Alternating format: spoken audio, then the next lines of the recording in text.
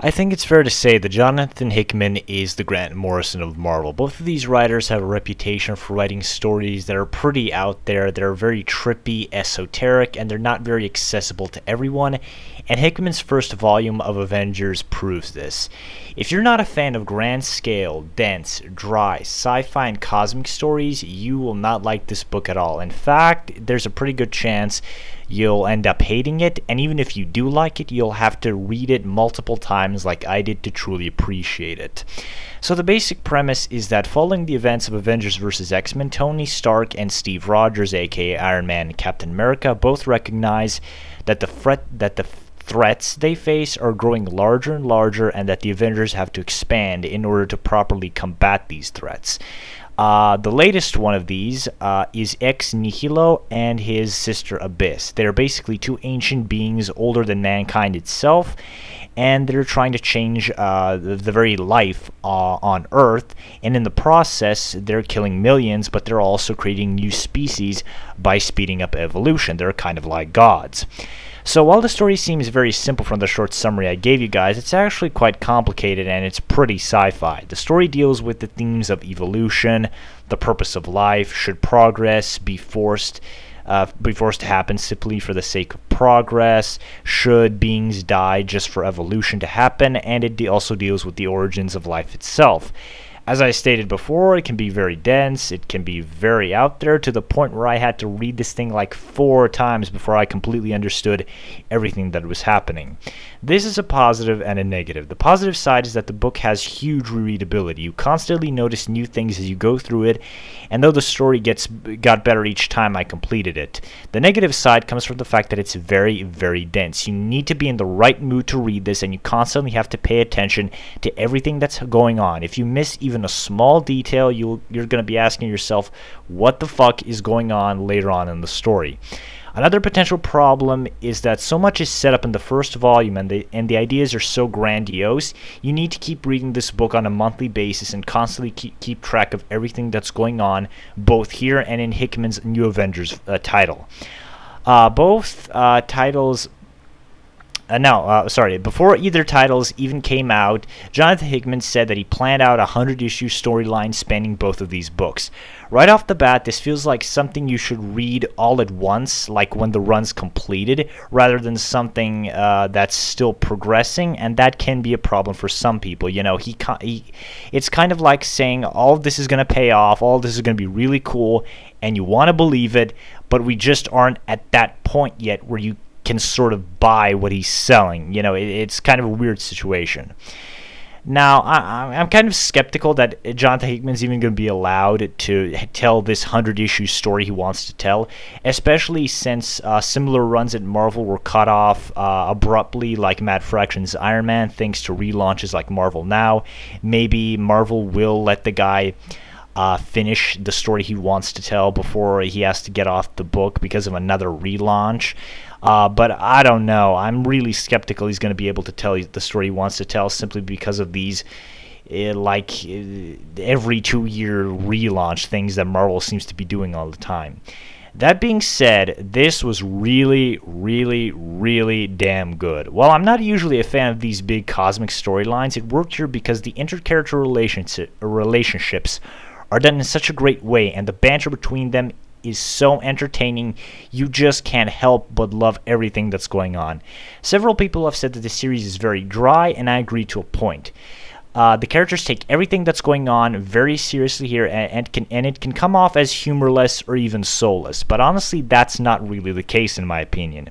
For me, the characters acted appropriately to the situations they were faced with. You know, life on Earth is being altered and millions of people are dying with each passing moment, so of course they would take everything seriously. But Hickman manages to have several really funny exchanges between the various members of the Avengers, and they all work because Hickman has a fantastic voice for all of them. My biggest problem with Bendis' Avengers run was that all of the characters sounded the same and they all had the same personalities. No one felt distinct, everyone felt like the same person, and it really sort of killed it for me, you know, especially since Bendis is usually the master of banter, but when all of the banter sounds the same, it becomes repetitive and pretty generic. But that's not the case with Hickman's Avengers. Hickman has a distinct and fantastic voice for each and every member of the Avengers. Despite having like a 20 character roster to deal with, none of the members talk the same or seemingly have the same personality, and all of them feel in character. Steve is the hopeful, no-nonsense commander. Tony feels a lot like the Robert Downey Jr. version, but it feels natural in the way that it feels like he's not just pandering to the movie audience. It feels like this is Tony's standard comic book personality, and that's really, really impressive. But my favorites in this book were easily Wolverine and Spider-Man. These guys had some really goddamn funny dialogue, and it was just unbelievably hilarious. And I can pretty much say that the same for every one of Hickman's Avengers members. They all sound different, they all have their personality, and none of them feels out of character at any single point.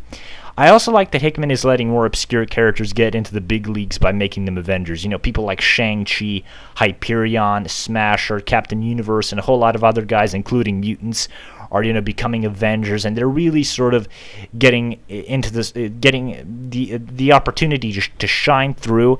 And Hickman even spends entire issues, fleshing them out, explaining their origins, their powers, and stuff to readers who are usually unfamiliar with them. And it made me understand, who Hyperion was, who was Smasher, who was Captain Universe, and I really got to sort of like and appreciate these characters even more than I usually would. So to finish off this little review of mine, I'm going to talk about the art, and it is simply breathtaking. Jerome Pena, who did an amazing job with Rick Remender on Uncanny X-Force, continues to amaze here with some truly breathtaking panels and a really interesting color palette, which really fits with the story that's being told here. My only problem with it is that some of the characters can look a little weird. Hulk looks way too much like a big ape to me, and the art and the color palette can be just a little too dark, in my opinion. Though I can't say that, to basically give you my final thoughts on this book, I can really say that this is a good jumping on point for new readers, because the themes, ideas, and the characters utilized here really require of you to know a lot of the established Marvel backstory for, not just for the Avengers, but all of their individual members and the history of the Marvel Universe itself. And you constantly have to keep your brain turned on. Like, this is not a book that you can go into expecting like some big stupid action movie a la the Transformers, and you really can't even go into this book expecting something like the Avengers movie, just a big, fun, action-heavy story that just so happens to feature the Avengers. If you do that, and if you don't turn your brain on and pay attention to what's going on in the book, you're gonna downright despise it. Like, if you're expecting the Avengers movie in comic book form, this is not for you. Although if you're expecting something like Man of Steel, that's actually a perfect comparison. This is kind of like Man of Steel. It's a big, epic sci-fi storyline with a lot of interesting and great themes and ideas that just so happens to have, superheroes starring them. So if you're looking something like Man of Steel, which is sci-fi, it has a superhero, and it has a lot of these great themes and ideas, then you're going to love this book. If you're going into this expecting the Avengers movie in a comic book form, you're going to despise this. So you have to have you have to be in the right mood, in the right mindset, and you have to have a taste for this book.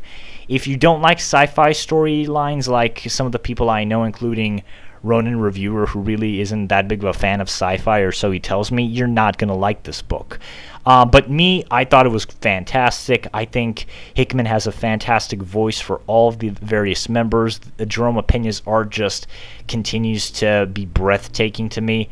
And all in all, I cannot recommend this book enough. I know a lot of you guys are not going to like this. It's going to be pretty polarizing, kind of like a lot of Grant Morrison's work. But like Grant Morrison's work, I really love this. The out there weird stuff really doesn't detract me from all the good points in the book. And if you like this sort of story, you're gonna love this. You're just gonna fall in love with this, and you're not gonna stop reading it. In fact, I already have the next volume, coming to me, so that's pretty exciting. So yeah, Avengers Volume 1, Avengers World by Jonathan Hickman and Jerome Pena, in my opinion, gets a 9.5 out of 10. I think it's easily one of the best Marvel Now books, and I think you should check it out, just because, it's so good, even though you probably might not like it. So yeah, that was my video review. You guys can check out my written review down in the description below, and a bunch of other stuff on nerdsociety.com. Thanks for listening, and I hope to see you guys later on. Bye.